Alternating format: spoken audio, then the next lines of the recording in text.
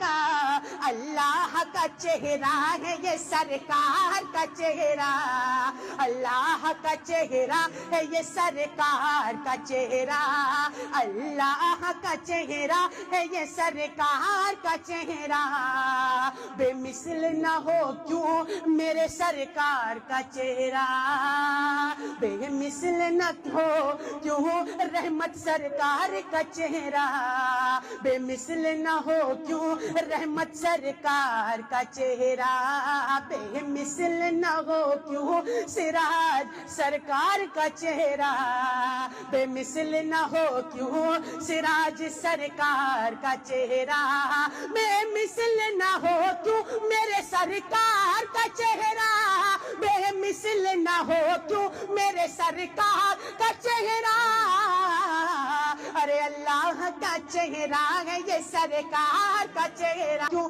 میرے سرکار کا چہرہ بے مثل نہ ہو کیوں مولا سراج شاہ کا چہرہ بے مثل نہ ہو کیوں آقا سراج شاہ کا چہرہ بے مثل نہ ہو کیوں مولا سراج شاہ کا چہرہ اللہ کا چہرہ ہے یہ سرکار کا رحمت شاہ کا چہرہ ہے یہ اللہ کا چہرہ میرے رحمت شاہ کا چہرہ ہے یہ اللہ کا چہرہ مولا رحمت شاہ کا چہرہ ہے یہ اللہ کا چہرہ شیر خدا کا چہرہ ہے یہ اللہ کا چہرہ مشکل کشا کا چہرہ ہے یہ اللہ کا چہرہ اسد اللہ کا چہرہ ہے یہ سرکار کا چہرہ ولی اللہ کا چہرہ ہے یہ اللہ کا چہرہ سرکار کا چہرہ میرے سرکار کا چہرہ ہے یہ اللہ کا چہرہ اللہ کا چہرہ ہے یہ سرکار کا چہرہ جب قافیہ کے گھر میں اتارا گئی اس سے بڑی کوئی عبادت نہیں آمین اب اس سے بڑی کوئی عبادت نہیں آمین اب اس سے بڑی کوئی عبادت نہیں آمین ہر وقت نظر میں ہے میرے یار کا چہرہ ہر وقت نظر میں ہے میرے یار کا چہرہ ہر وقت نظر میں ہے میرے یار کا چہرہ اللہ کا چہرہ ہے یہ سرکار کا چہرہ بے مثل نہ ہو کیوں شاہ ابرار کا چہرہ بے مثل نہ ہو کیوں شاہ ابرار کا چہرہ بے مثل نہ ہو کیوں حیدر کر شکر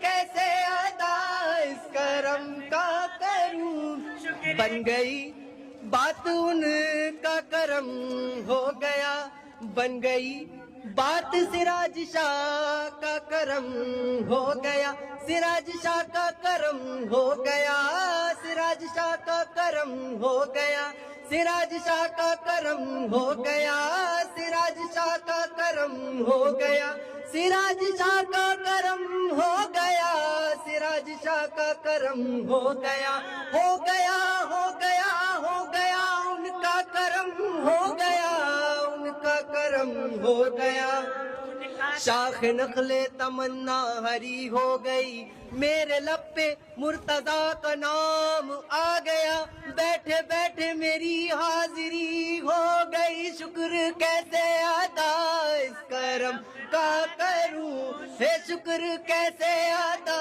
اس کرم شکر کہ جو کرم مجھ پہ میرے علی کر دیا کوئی مایوس لوٹا نہ دربار سے کوئی مایوس لوٹا نہ سراج شاہ کے دربار سے کوئی مایوس لوٹا نہ سراج شاہ کے دربار سے یہاں کی ایک شروعات کر رہا ہوں تاکہ آپ اپنے کان کھڑے کر لیجئے اور آنے والے اس فتنے کے بھیانک دور کو پہلے ہی سے محسوس کرنے کی کوشش کیجئے فتنہ آپ کے اسی بابو پروا کا ہے، اجیت گنج کا ہے، جو کہتا ہے قرآن کی غلط تعبیر کرنے کے بعد کہ ایک خدا ظاہر ہے، ایک خدا باطن ہے، ایک خدا میں ہوں، ایک خدا ظاہر باطن ہے جسے آپ دیکھ نہیں پاتے۔ یہ ایک چور ہے، سونا جنگل، رات اندھیری، چھائی بدلی کالی ہے، سونے والوں جاگ رہیو، چوروں کی رکھوالی ہے۔ وہ چور آپ کے اسی عجیب گنج میں ہے جو چوری کر رہا ہے جاہلوں کے ایمان کو، ان لوگ لاپرواہ لوگوں کے ایمان کو جنہوں نے ابھی تک مسلک اعلیٰ حضرت کی خوشبو نہیں سونگھی ہے۔ اسی لیے میں آپ لوگوں سے کہتا ہوں، گمراہیت کے ایک نہیں کئی ایک دروازے ہیں، بہت دبے پاؤں آتی ہے گمراہیت۔ اسی لیے اعلیٰ حضرت نے فرمایا سونے والوں جاگتے رہیو، چوروں کی رکھوالی ہے، آنکھ سے کاجل صاف چرا لیں یا وہ چور بناتے ہیں۔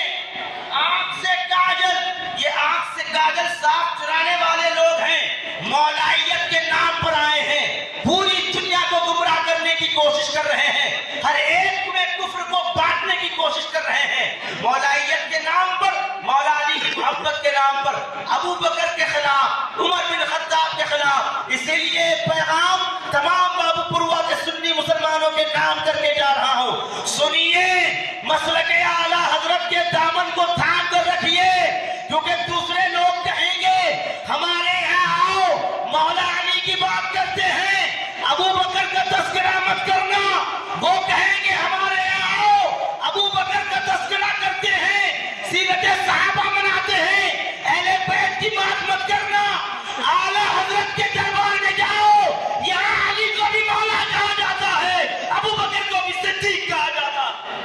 نعرہ تکبیر، نعرہ رسالت، مسلک اعلیٰ حضرت، کنز الایمان کانفرنس، نعرہ تکبیر، نعرہ رسالت۔ ایمان کی حفاظت کیجئے، یہ کتنا بڑا چور ہے۔ کچھ دن پہلے ایک لڑکا گیا اس سے بحث کرنے کے لیے ہمارے دوستوں میں اس کا ایک اقتباس چھوٹا سا آپ کے سامنے پیش کر رہا ہوں۔ انہوں نے کہا آپ اپنے آپ کو خدا کہتے ہیں؟ وہ کمینہ کہنے لگا ہاں میں خدا ہوں۔ کہا کس بنیاد پر کہتے ہیں ذرا بتائیے؟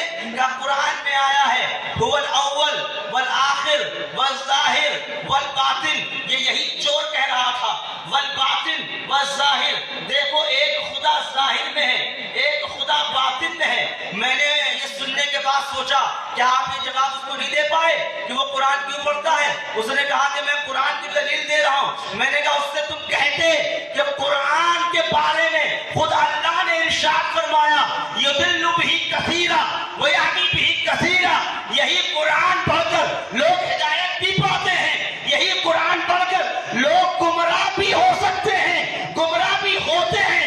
ہم نے کہا تو پھر قرآن پڑھ کر ہدایت کیسی پائی جائے؟ تو انہوں نے کہا قرآن پڑھا جائے تو اعلیٰ حضرت کے نظریے سے پڑھا جائے تو ایمان بھی عطا ہوتا رہے گا، ہدایت بھی آتی۔ کیا کہیں، سبحان اللہ، سبحان اللہ۔ اعلیٰ حضرت کا نظریہ ضروری ہے۔ وہ کتنا بڑا کم وقت ہے، اتنا بڑا دعویٰ وہ کر رہا ہے آپ لوگوں کے درمیان، اتنا بڑا دعویٰ وہ کرنے میں کامیاب ہو چکا ہے ہمارے درمیان کہ وہ خدا ہے۔ معاذ اللہ، وہ کیسے جاہل لوگ ہیں جو وہاں جایا کرتے ہیں، آیا کرتے ہیں۔ اسی لیے میں آپ سے کہنا چاہتا ہوں یہ جہالت ہے جس نے اس کو راستہ دکھایا ہے گمراہی کا۔ اپنے بچوں کو پڑھائیے، قرآن پڑھائیے، مدرسوں میں بھیجیے، تعلیم حاصل کرائیے، علم دین حاصل کرائیے، عالم دین بنائیے۔